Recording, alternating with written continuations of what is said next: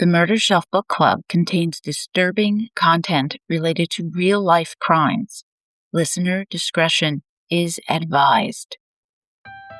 Darkcast Network. Welcome to the dark side of podcasting. This work takes so much from a person. When people ask me about the job, I used to say, there's more cream than there is sour milk. To me, the reward of removing kids from harm outweighed the negative impact on me. That's what I told myself. I mean, how could I say no to helping a kid? I didn't know how. I'm not built that way. From The Ugly Underneath, Navigating the Emotional Toll of Investigating Crimes Against Children by Carlos Rodriquez.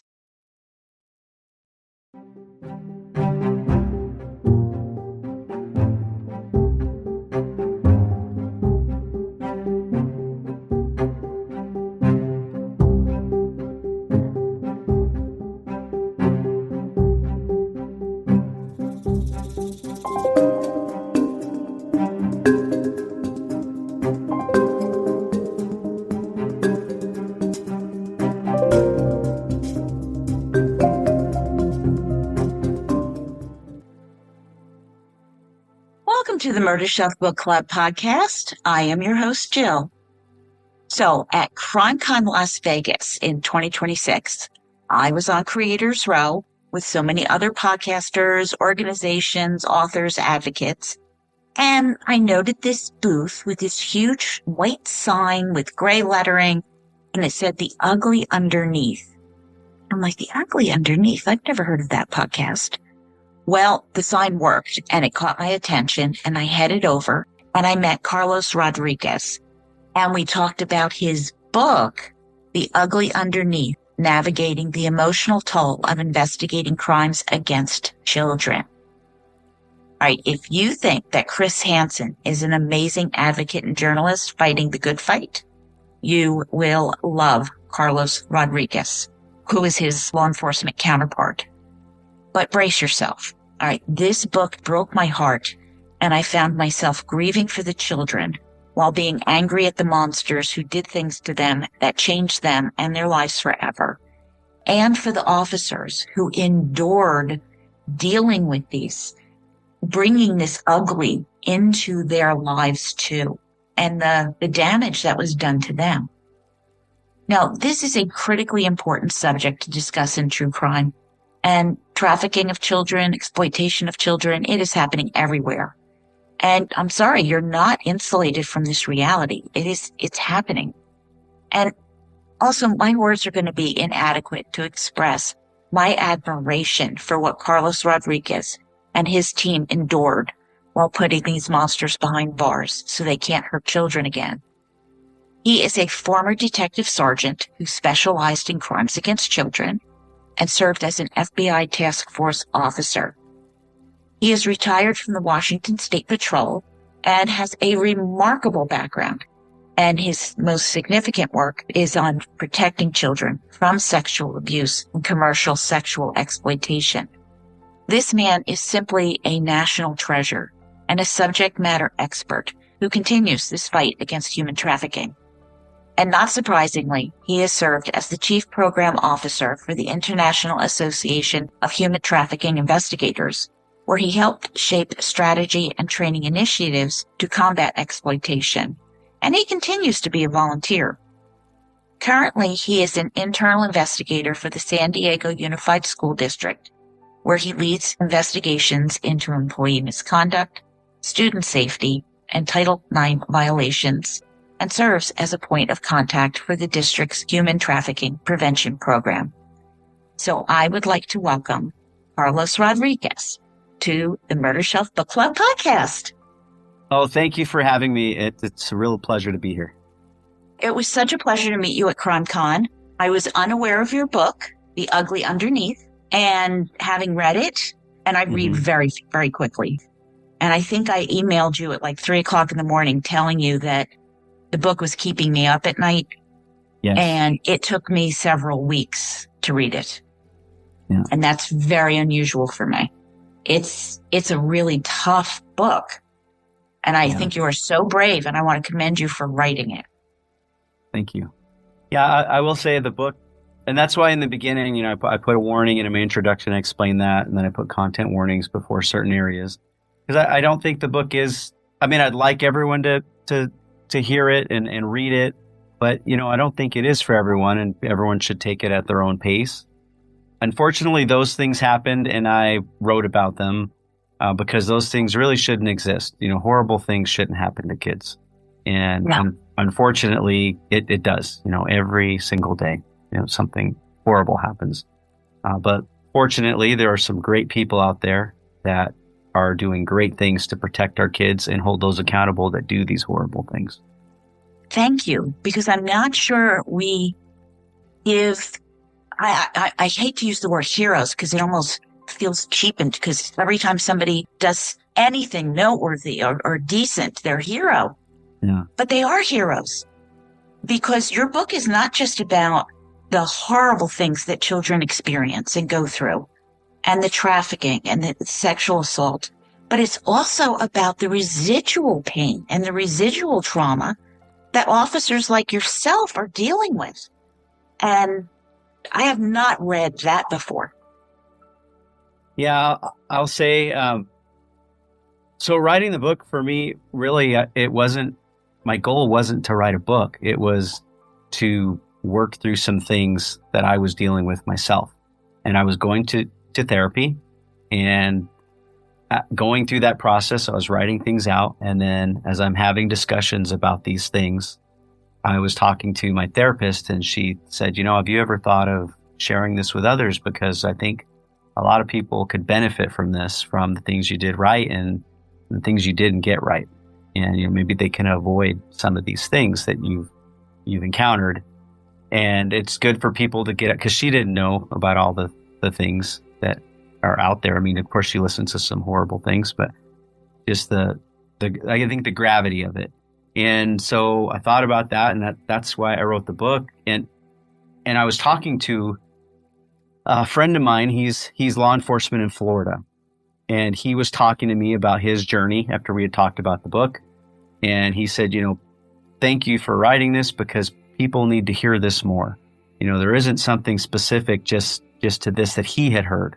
Now, there are people out there sharing their story, because I'm not alone in this. I just wrote a book about it, and I'm talking about it. But there are other people out there that have fought this fight to protect our kids and to keep them safe and hold people accountable that do horrific things to our children, that talk about this. But I don't think enough people hear it enough. And when you do the work, it's also difficult. You don't always want to come out and share how you're feeling or what you're going through, because you're afraid that, well, if I say this, they're going to remove me from doing this. And a lot of times this is the person who's doing it, it's their identity, because they're doing it all of the time.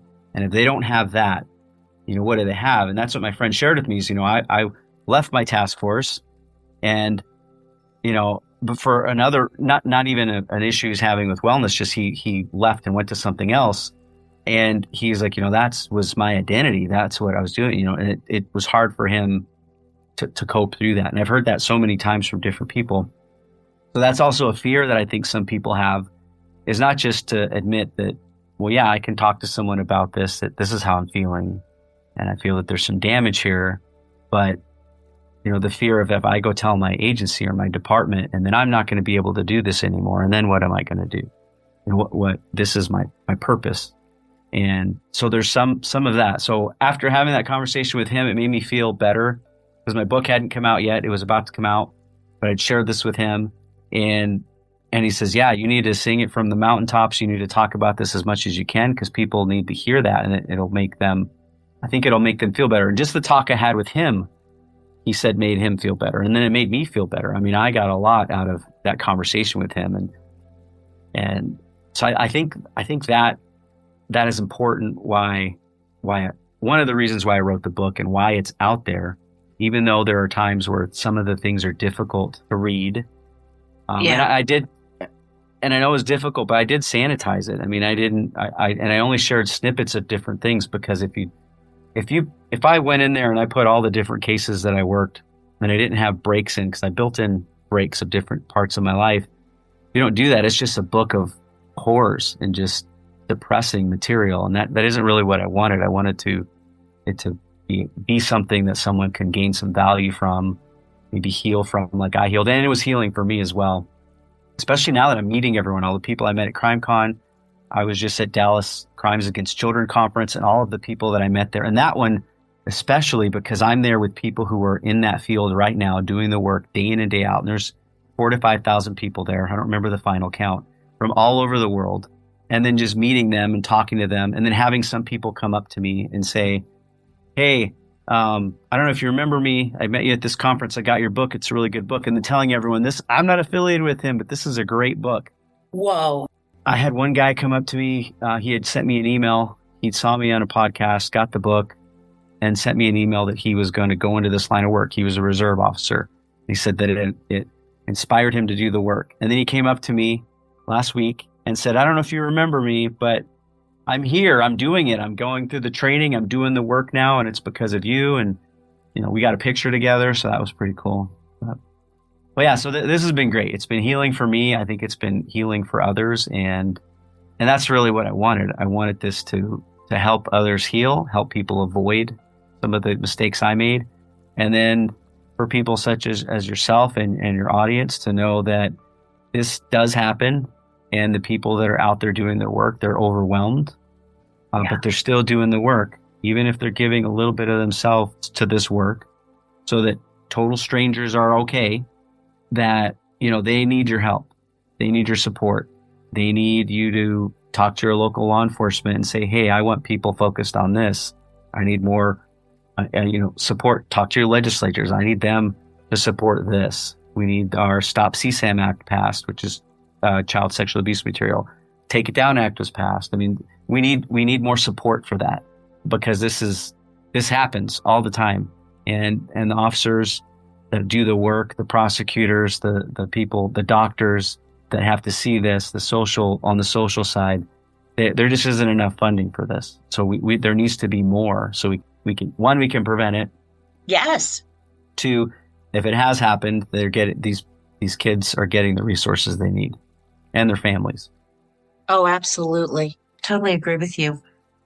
I'm listening to you talking, and I'm saying, my God, it's not that this hasn't occurred to me, but I think I just really got it. The internet had to have made this all so much worse. Yes. I'll say, everybody thinks it's, stranger danger. Usually it's someone that's known to the child, or it's familial. And now, the weirdo in the park, or the white van, which happens but doesn't always happen. But that person, you really have to worry more about who your kids are talking to online, because now that's the new playground, so to speak. These people are interacting with your kids. And if your kids are online, there are going to be predators out there that are going to try to get what they want. It's just they're at it 24/7. Yes. That is the purpose of their life, is to find a vulnerable kid. And they're all vulnerable. Every single last one is vulnerable. Yes. And I think the biggest thing, if you're a parent, is to know, well, how can I be best equipped to keep my kids safe? And that's knowing what they're doing. You should know the passwords on their phones, if they have a phone. Really, if they need a device, it should really be only to communicate if there's an emergency. If they are on social media, have access to everything. Be familiar with what those applications are. Gaming. If you have a little kid, they shouldn't be in a gaming platform where they're able to talk to other people. Disable that.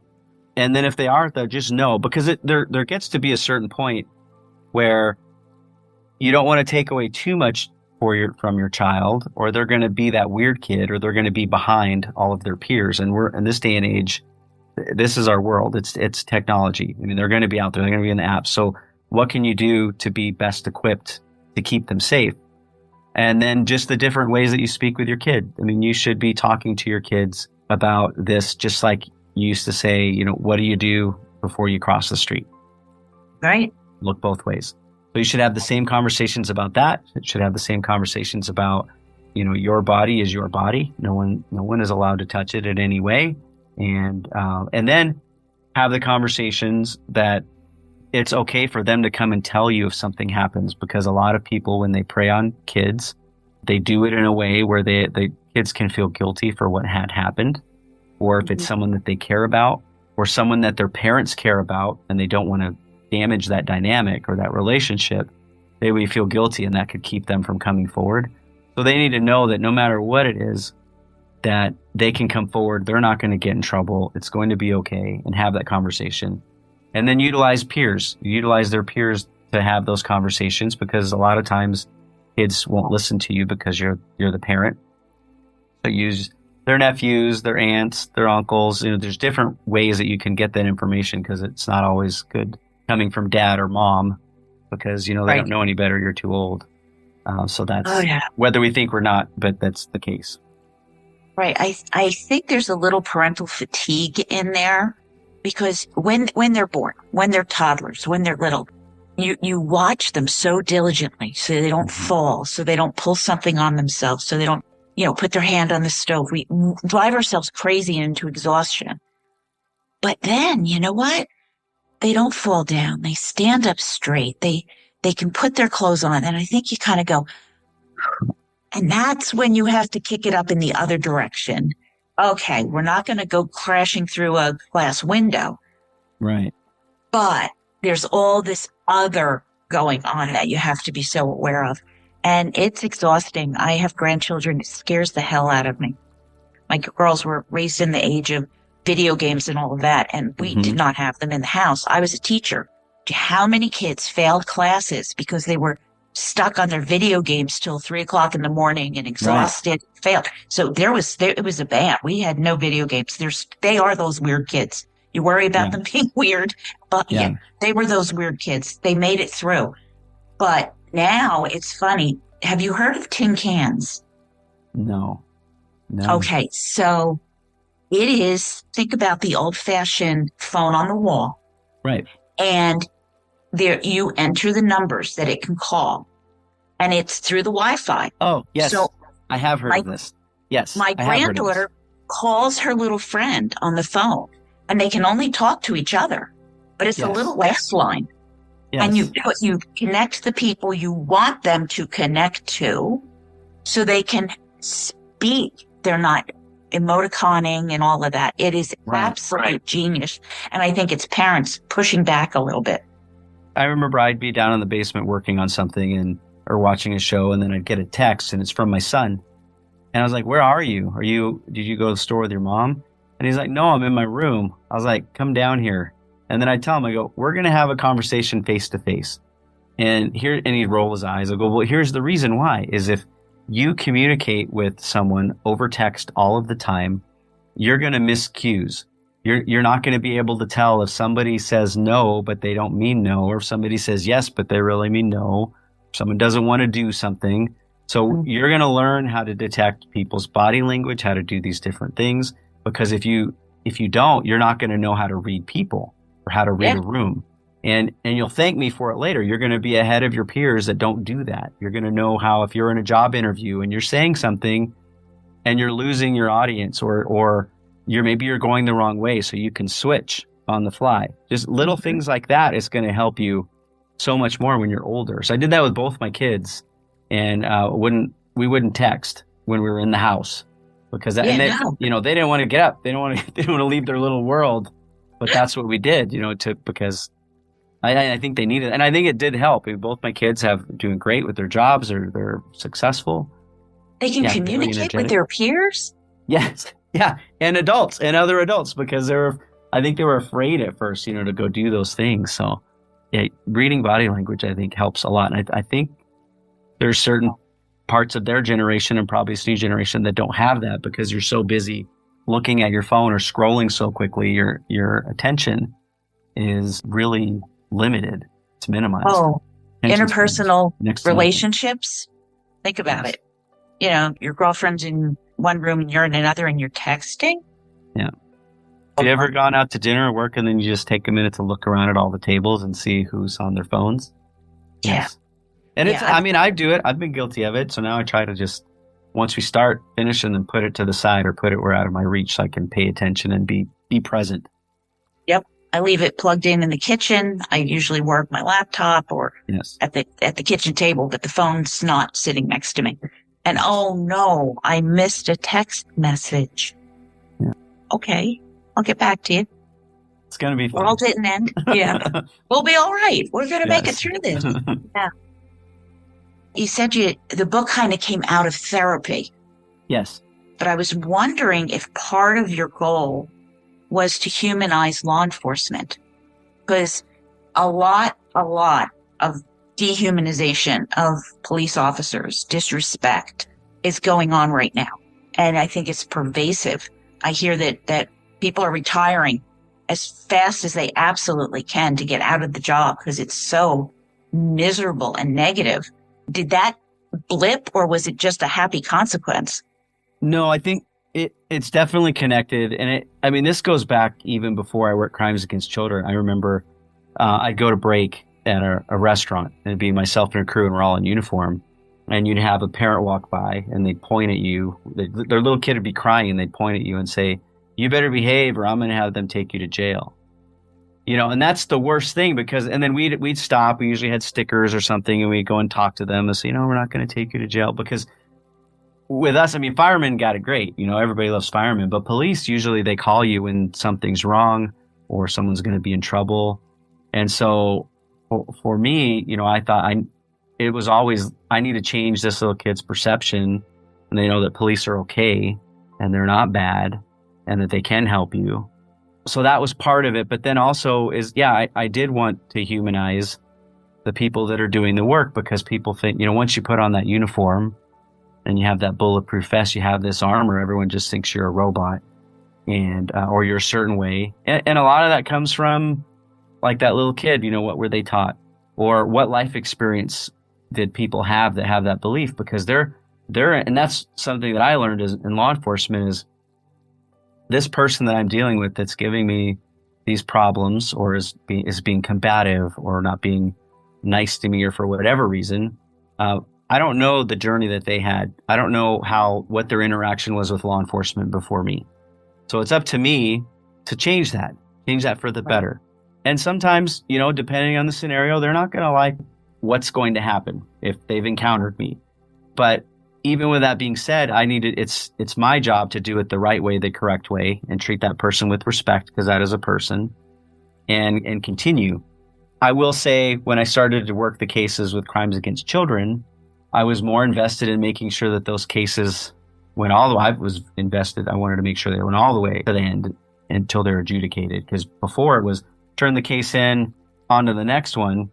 These ones, I wanted to make sure, every little step. If I needed to light a hoop on fire, I'll jump through it to make sure everything is perfect, which I still did that with my work before. But with this, it was just so much better, because a kid is what's at stake. If a prosecutor, was a DUI, which is extremely important, that's why I became a police officer. Someone died from a DUI. But once that case was turned into the prosecutor, if they dealt it or did whatever, I didn't get all up in arms. With these cases, I wanted to make sure I did everything so that a prosecutor they could hold that person accountable to whatever the stiffest penalty. That's what I wanted. So with law enforcement, I think what's painful right now to see is there's a lack of respect, and that's why I get so angry when I see someone in law enforcement do something wrong or inappropriate, because they represent, no matter what uniform they have on, they represent all law enforcement, and they make it so difficult for all of those that are doing it right. And then you get judged, and it gets hard, and it gets tired, and then everything gets politicized. And for me, I never thought I'd be a cop, and then I became a cop. And for my own reasons, which I go into part of that in the book. So for me, it hurts when I see that, because we're trying to do what's right. I became a cop to arrest DUIs in the beginning, and then it made its way to this, what I did, working crimes against children. But the work is so important, and it's just, when you're lumped in with you have people who do bad things, they need to be held accountable. I'm a big proponent of that. There's no room in law enforcement. Law enforcement needs to be held to a higher standard, because the community has entrusted us with taking care of them. And once you break that trust, it's very difficult to put back. You can get it back, but it takes a long time to get it back, and it's never the same, ever. It takes a lot of work. I taught for 30 years, and one thing I noticed about headlines, if it's a police officer, cop does bad thing, or teacher does bad thing. You don't see plumber does bad thing, electrician, but because of these occupations, which are so critical, that trust of the public is critical. And in both our cases, we're involved with kids. So if a teacher did something bad, I felt the pain. Yes. I didn't do anything bad, but you're lumped in there. So, I mean, it's a far cry from what law enforcement goes through, but I can relate to what you're saying somewhat. Yeah, we had a case, something happened. So I work for a school district now, and something, I could talk about this because it was in the news. So something happened where a teacher was arrested for soliciting sex from a minor. They did a sting down here and was arrested, and they were a coach. Oof. So the staff, the school site, they had talked to the athletes that was their coach, and because they had a lot of questions, the athletes had a lot of questions. So we talked to them, and one of them asked, how can I ever trust? I trusted this person. How can I ever trust again? How am I supposed to trust the other teachers? And I shared a story, which is one of the chapters in the book. It's called The Teacup. And I shared that story, and without giving away everything for that chapter, but when I was a kid, I did something bad, and my mom gave me this teacup, and she told me, I want you to take this teacup and break it. And I thought she was crazy. But she's like, no, I want you to break it. So I smashed this teacup, and then she put some glue on the table, and she said, okay, now put it back together, and left. So I spent about 30, 40 minutes putting this back together, and told her when I thought I was done. And then she comes back and sits down and says, okay, now is that teacup the same? And of course it was not the same. And her point was, she told me, she's like, mijo, trust is like a teacup. Once you break it, it will never be the same. And she ultimately told me, but it doesn't mean that I will never trust you again. It's just, we have to put it back together piece by piece. Yeah. It's not the same. And so I shared this with them.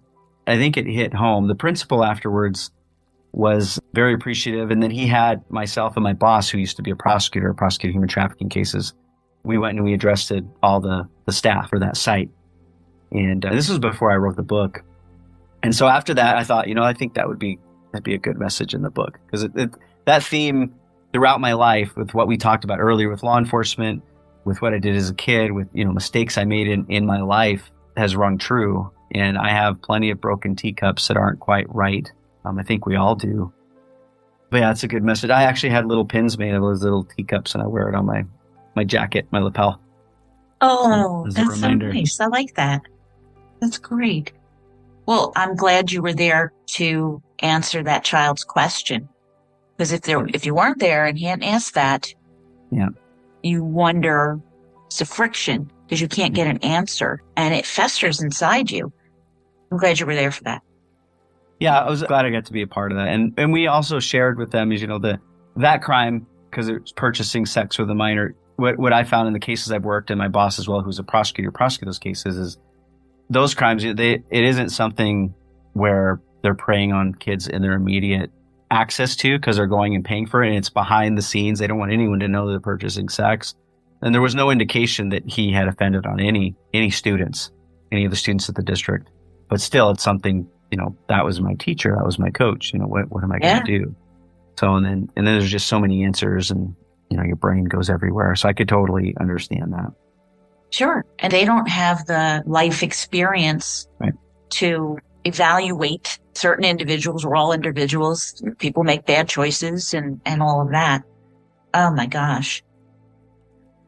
So you're in a school. Mm-hmm. If you had to give advice or look out for these signs, what do people, I don't care if they're parents, teachers, it doesn't matter, but what can people do to be aware of this? It's happening everywhere. So if we're talking specifically about human trafficking, for human trafficking with adults, you need force, fraud, or coercion. With kids, you don't need that. Minors can't consent. So Right. it's anything of value in exchange for the sex act. So with that, I mean, really, the signs you want to look out for are, are they in a demanding relationship with someone that's overly controlling? Do they have multiple phones? I mean, kids need multiple phones? It's either trafficking or some type of drug or illegal activity. Are they very, always hiding their devices? Are they missing a lot of school? That's what we see at the schools, if they're just not showing up. Things like that. The other things you want to look out for if you're looking for child exploitation which could be sextortion. So you could have your child could be online speaking with someone they think is of the same age of someone that they're sexually interested in. They're asking for explicit images of them. Then they finally send it. Maybe they send it without their face first, then they get them to show them their face. And then next thing you know, they get something back it's a poster of them saying they're a pedophile, or, I'm going to send this to all your friends. And they do a countdown, 10, 9, 8, 7, to get more images. From what I've seen in the investigators that I've just talked to here recently with men or boys, generally they'll try to extort money out of the young man. With girls, they try to get more images. And it gets to the level because it's so stressful and it escalates so quickly that you had some of our young kids take their own lives. Yeah. So with that, I mean, if there's anyone that listens that's our parents or their kids are going to listen to this, just know if that has happened to you, that it is not the end of the world. Yes, it's horrible and it may be embarrassing, but if you don't send it to them, if you do send it to them, don't send them anymore because they're just going to go to the next person. If it is put out there, it's put out there. You're going to live, you're going to get through it. But it's much better for you to be here on this earth with your family and those that love you because they need you here. So no matter what the situation is, whether it be this or something else where you just feel like that's the choice, it's not the choice. Because I've had friends who have done that, and I wish they were here. I wish they were here so I could hug them. I wish they were here so I could talk to them.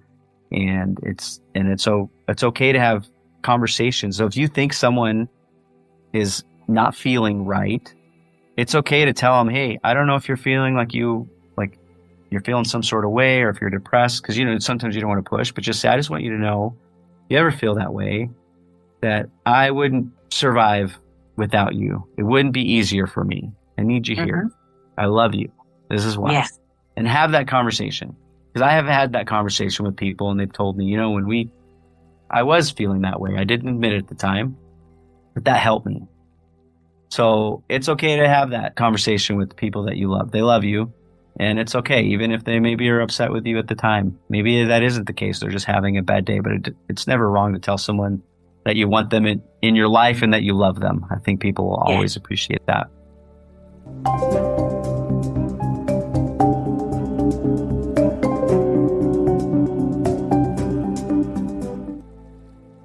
This is Jess Betancourt, the host of DNA ID, the only true crime podcast that exclusively covers cold cases solved using investigative genetic genealogy, known as IgG. This incredible crime-solving tool has revolutionized criminal investigations and John and Jane Doe identifications, and has closed over 1,000 cases. We are now receiving case solve announcements almost daily. DNA ID goes behind the headlines to answer your questions about IgG, how it works, how cases are selected, why the cases were unsolved for so long, and how the justice system is addressing the whole thing.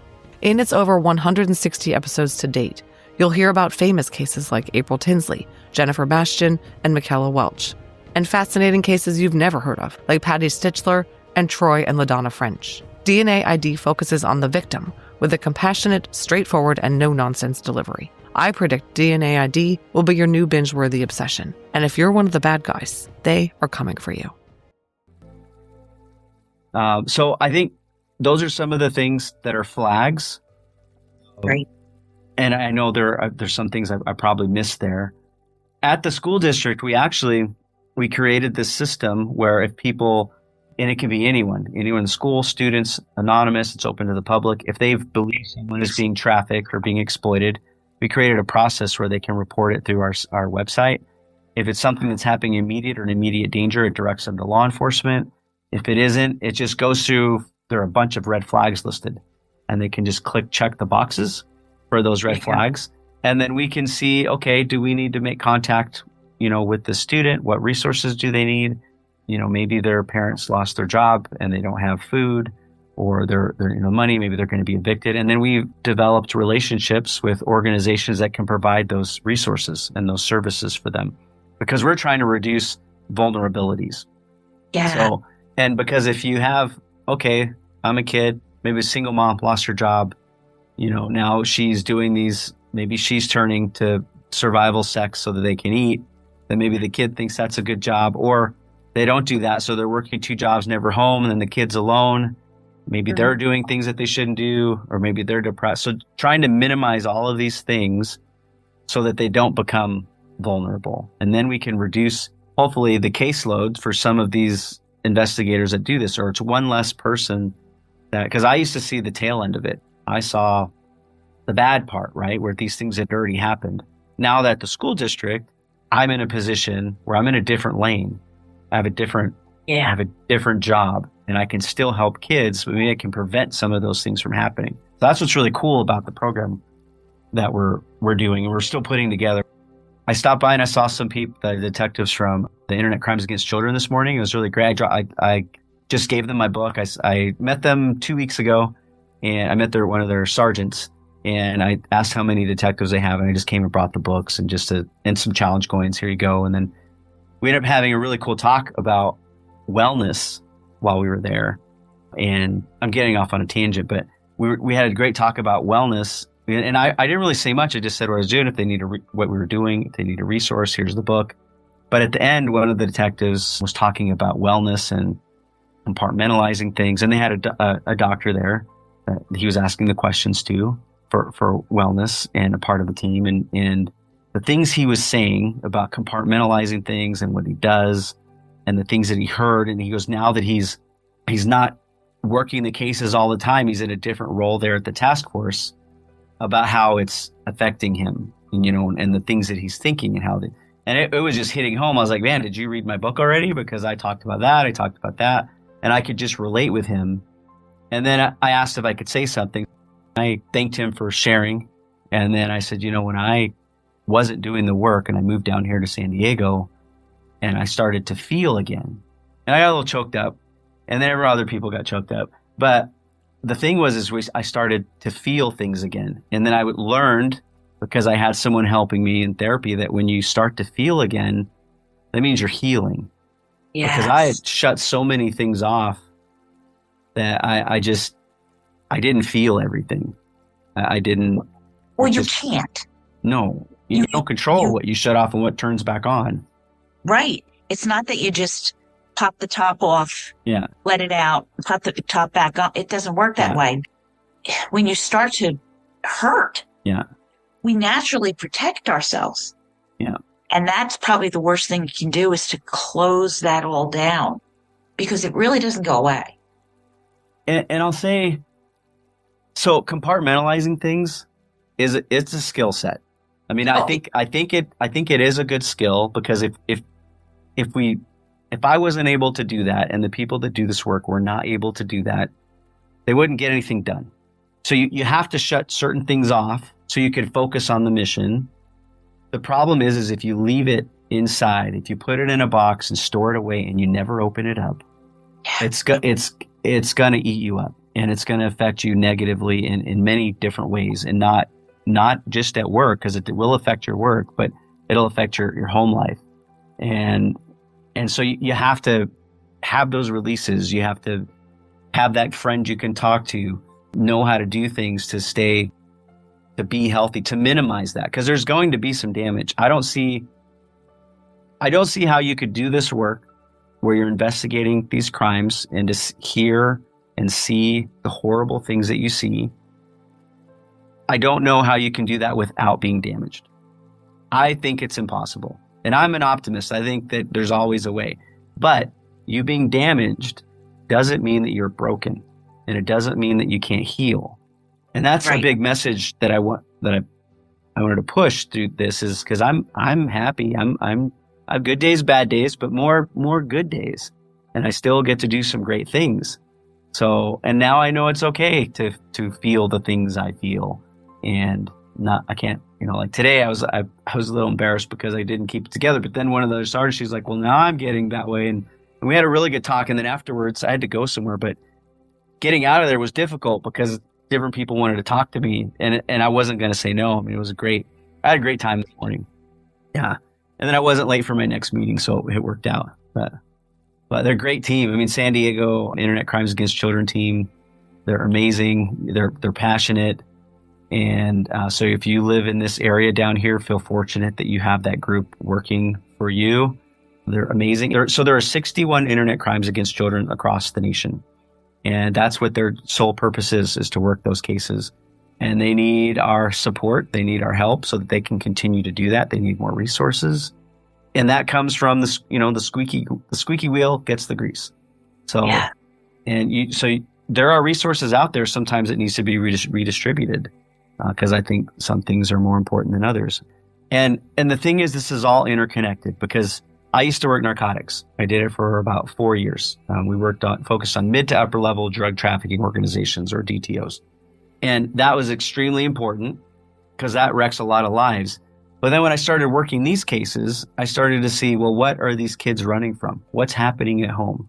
Why are they making the decision to take drugs? Why are they making the decision to go live in the street? Because what's happening here?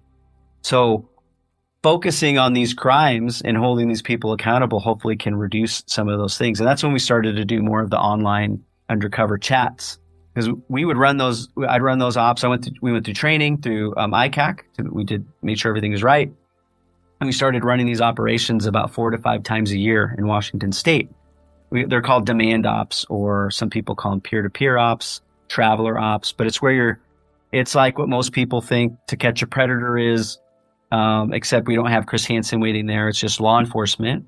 And so we would run these ops where I pretend to be a mom with kids, that were available for this, or I grew up in a family of incest.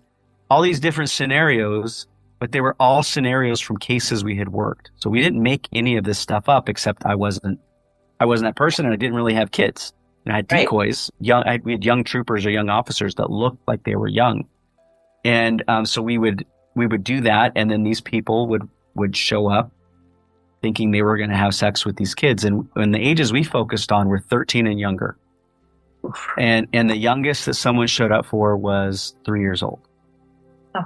And then that's just that part, right? So when we put this, I had this great team of people that would all come together, and we'd have someone that would write search warrants, someone who would do knock and talks, and that's where you'd go. If you didn't have enough probable cause to get a search warrant, you could do what we call a knock and talk, or we would do it afterwards if we learned that they had access to kids and their kids at the house, to do a safety interview, safety talk.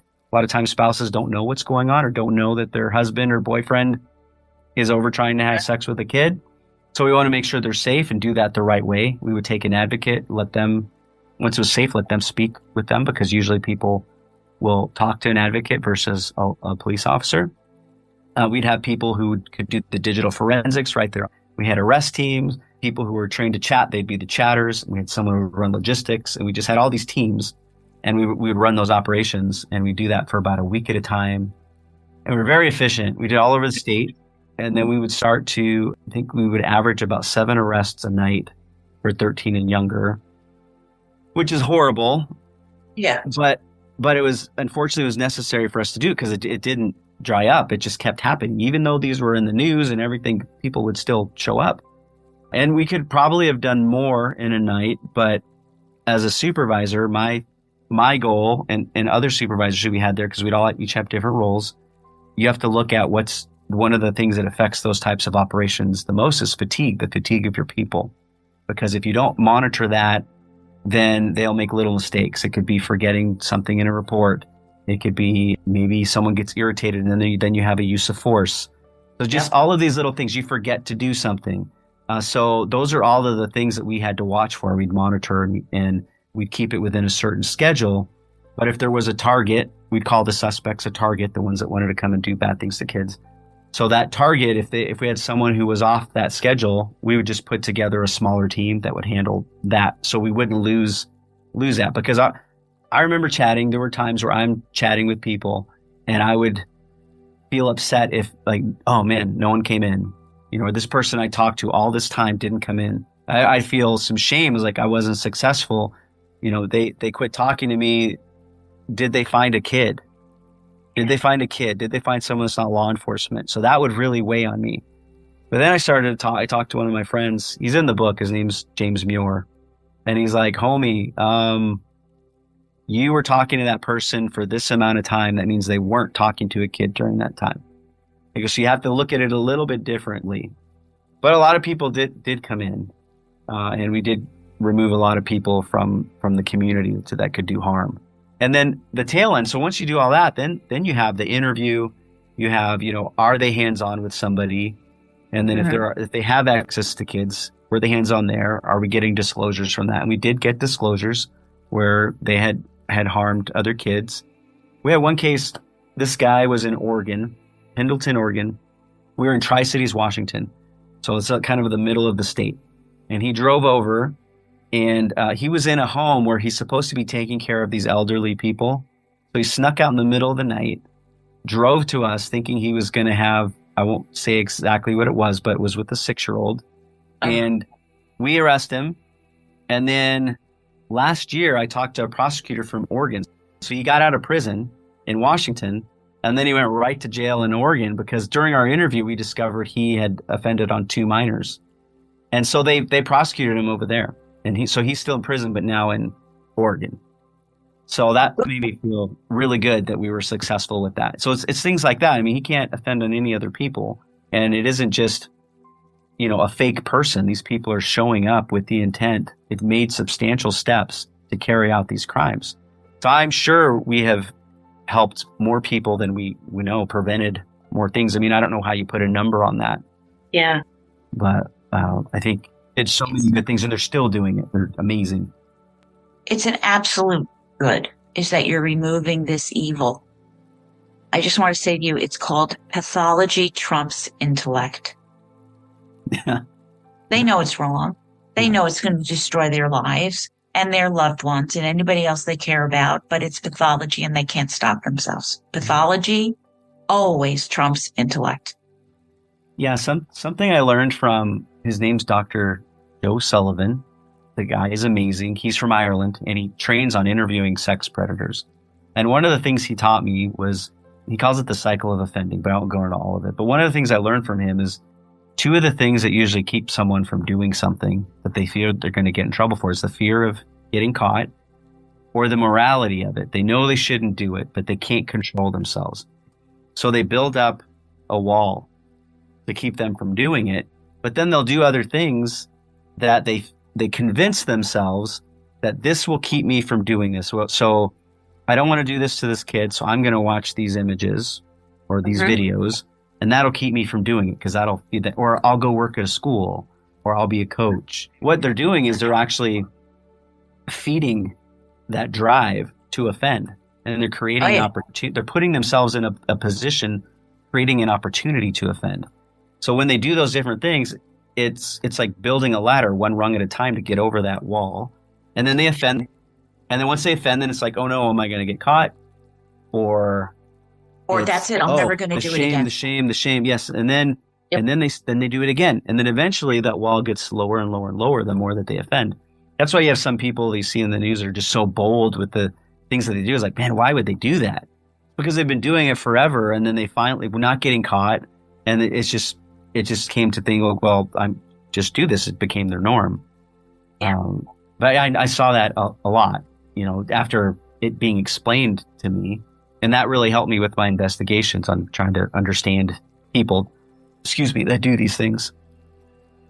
Yeah, it's hard to understand people who do these things. And I give you credit for being able to have a civil conversation, because I know you see the end goal is to put this person away where they can never harm a child again. Yes. But getting through that, talk about, you come out of a room, you're covered with fleas because you've been with this person. Yeah. Hearing their crazy justification, I can react. You can't react when you're doing that.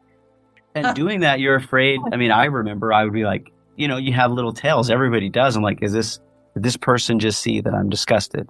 Or did they, am I going to give this away? Am I going to hurt my own interview because of a reaction that I've had? So I've usually I had to step out. I only had to step out twice.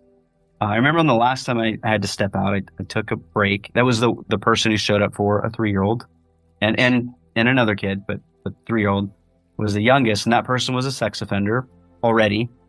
And we had found out where he worked. We were surveilling him, followed him all the way to the location, what he did. He was arrested. And in the middle of the interview, I had to step out because of the things he was saying. And I took a breath. It got back. I had this thing where I would tell myself to breathe, settle, Yes. focus. And I was pacing, telling myself, breathe, settle, focus, breathe, settle, focus. Got back together, went back in, finished the interview. And I remember, so when I interviewed these people that showed up for that, we already had them dead to rights with everything that's on the phones, the conversations they've had. If there was a phone conversation, they showed up, they took the substantial steps. They bring things with them sometimes, gifts for the kids, all these different things. So with this one, so when I'm interviewing, what my mindset is I need to get in their phone to see what other evidence we can find. So I want passwords. The other thing is, do they have any other live victims? And then, because in Washington State, the people that showed up for attempt rape of a child, if it's 11 or younger, at this time, I don't know if it's changed, but 11 or younger, it was, I think it's 10 years to life. So they're indeterminate sentences. If it was 11 or 12, it was 5 years to life. So my goal is I want to ask questions and get information so that when it's their time to potentially get out, there are going to be questions for whoever's on that board to ask. So if I can get them more information.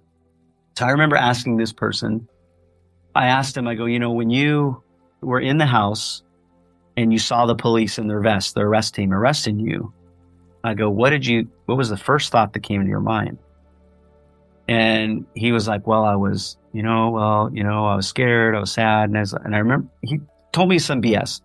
And I remember asking him, I was like, no, we've been sitting here, we've talked for a while, gotten to know you. His name was Norman. I've gotten to know you. No, really, what was going through your mind?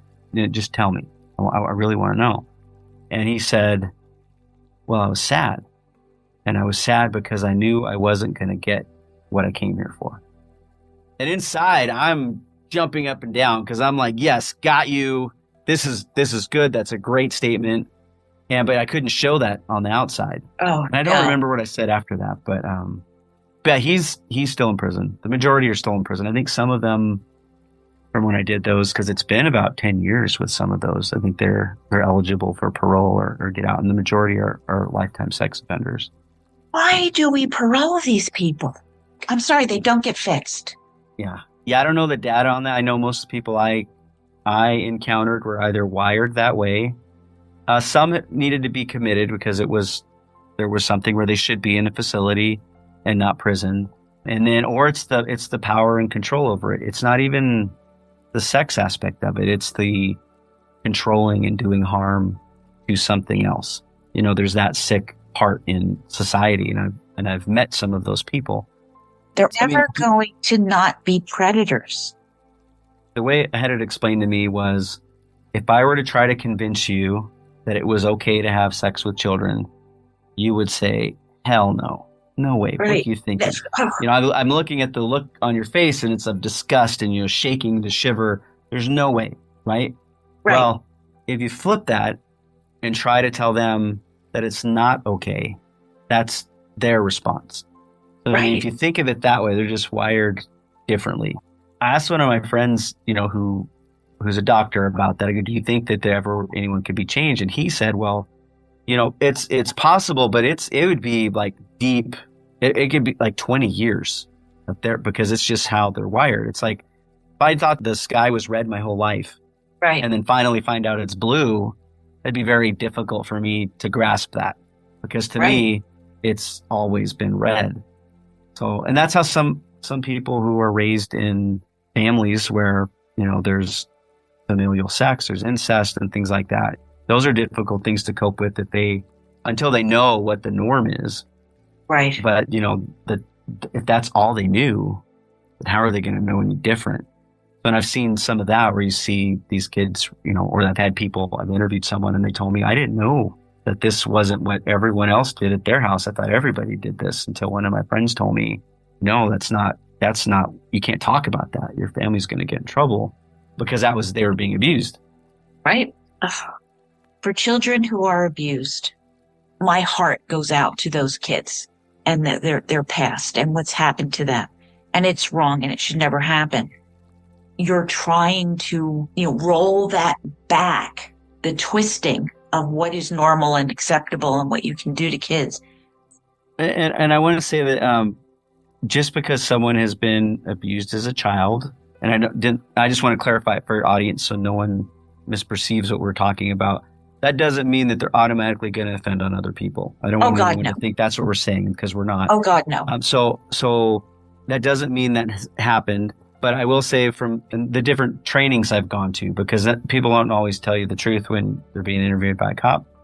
But the trainings I've gone to is some of the, people will say more, once they're in a different setting, that they were abused, and then they did these things. But it's still, yes, it's horrific, because I had a case I talked to a prosecutor about, because he was a hammer and he put this person away for a really long time. And their story of what had happened, and it was true, because he said, I had to go through this person. They did, I don't know what they call, but it's an assessment to see where they are. And there were all of these horrible things happen to this person. And the prosecutor had a really difficult time. I mean, this person still was put away for a long time for what they had done. But he had a difficult time just because he felt bad because of everything she had gone through. So that was... Yeah, he told me, because I still have a hard time with this. I think, looking back now, was like too easy? I mean, she was put away for a long time, but he was a hammer. I mean, he always went for the highest sentences, which not all prosecutors do that. It just depends, I guess, where they're located. I don't know the reasonings. I wasn't a prosecutor. But. Well, it's a whole different thing going on over there. Yeah. Carlos, is there anything else you want to get out? Go.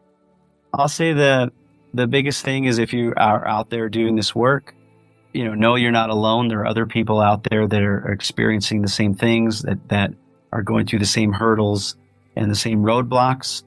My hope is that you just persist, overcome, and get through it, make friends. These cases are hard. It's much easier to get through these things when you have friends. So do that.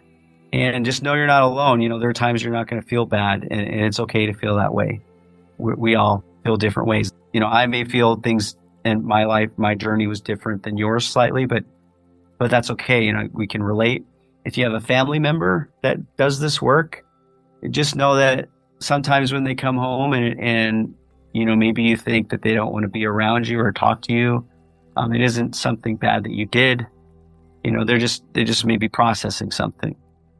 And when people say, I'm good, if you feel that something's not right with your spouse or your coworker, your dad, your sister, whoever does the work, trust that feeling, because there's something not right.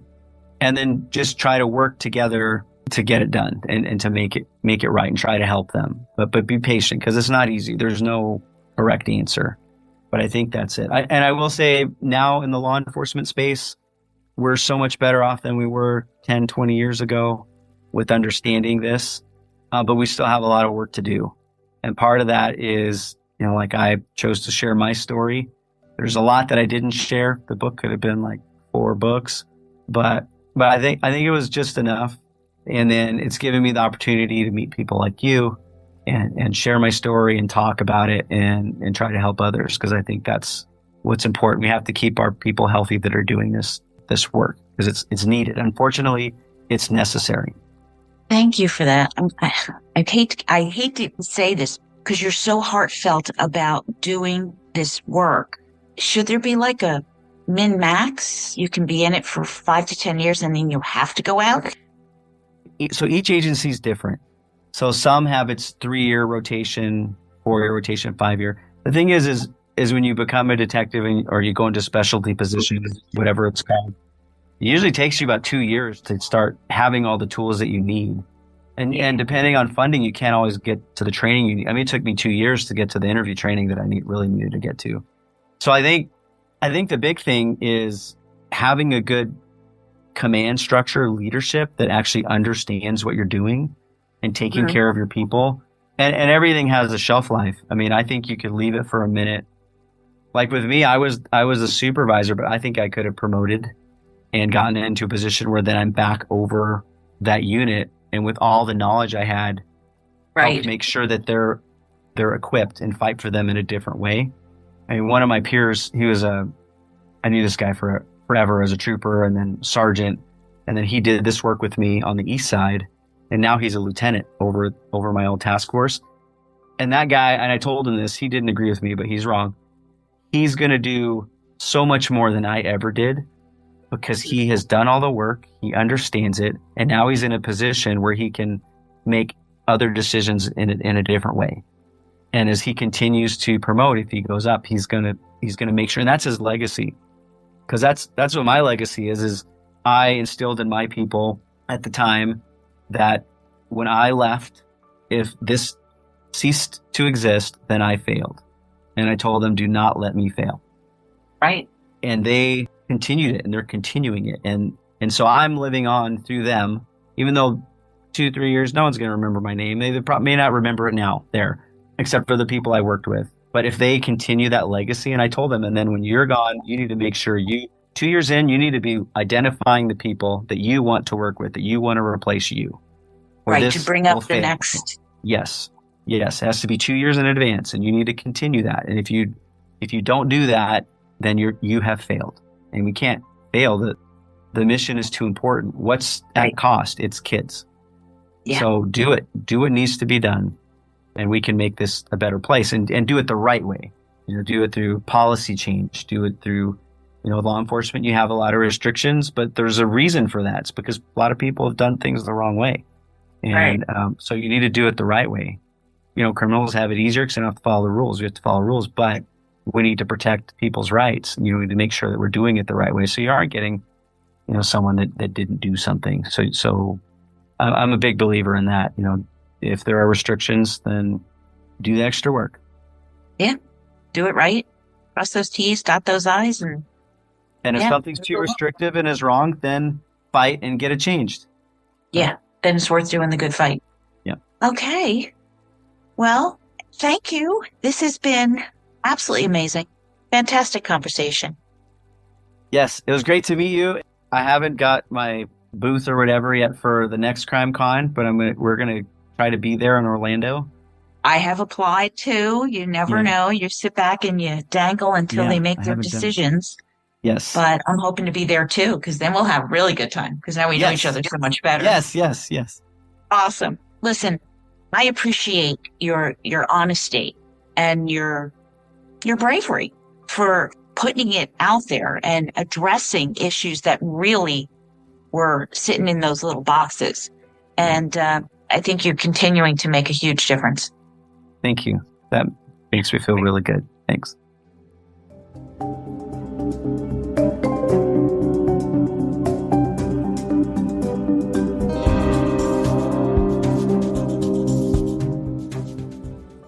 Well, Murder Bookies, I am deeply grateful that Carlos came on to have this difficult but terribly important conversation.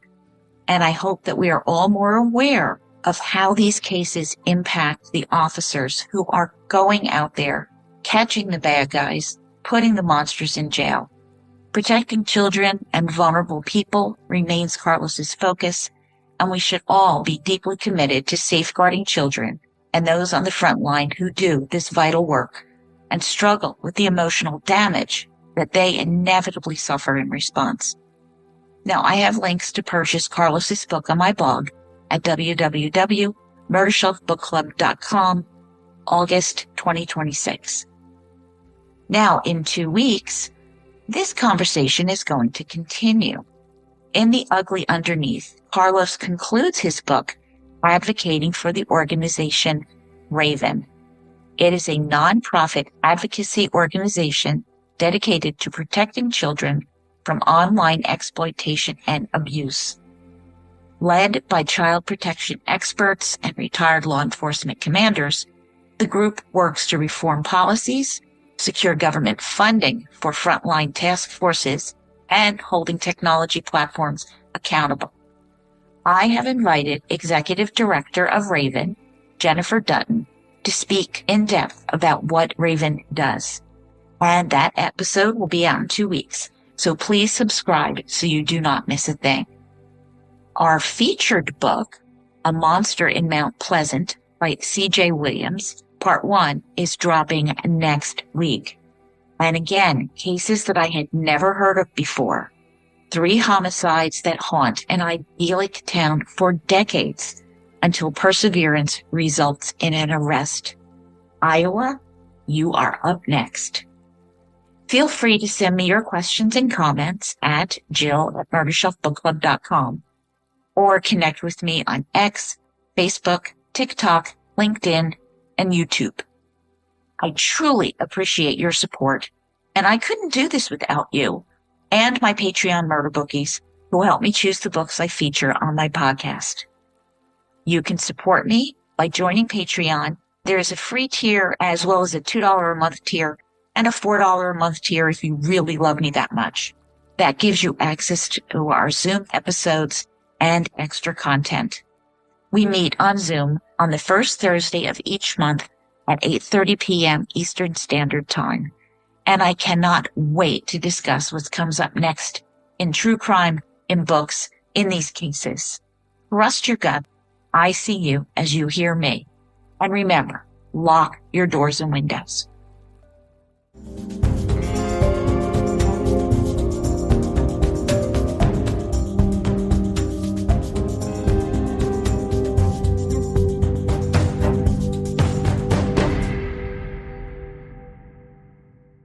Written and produced by Jill, all rights reserved. Music, The Pewter Elephant by Blue Dot Sessions.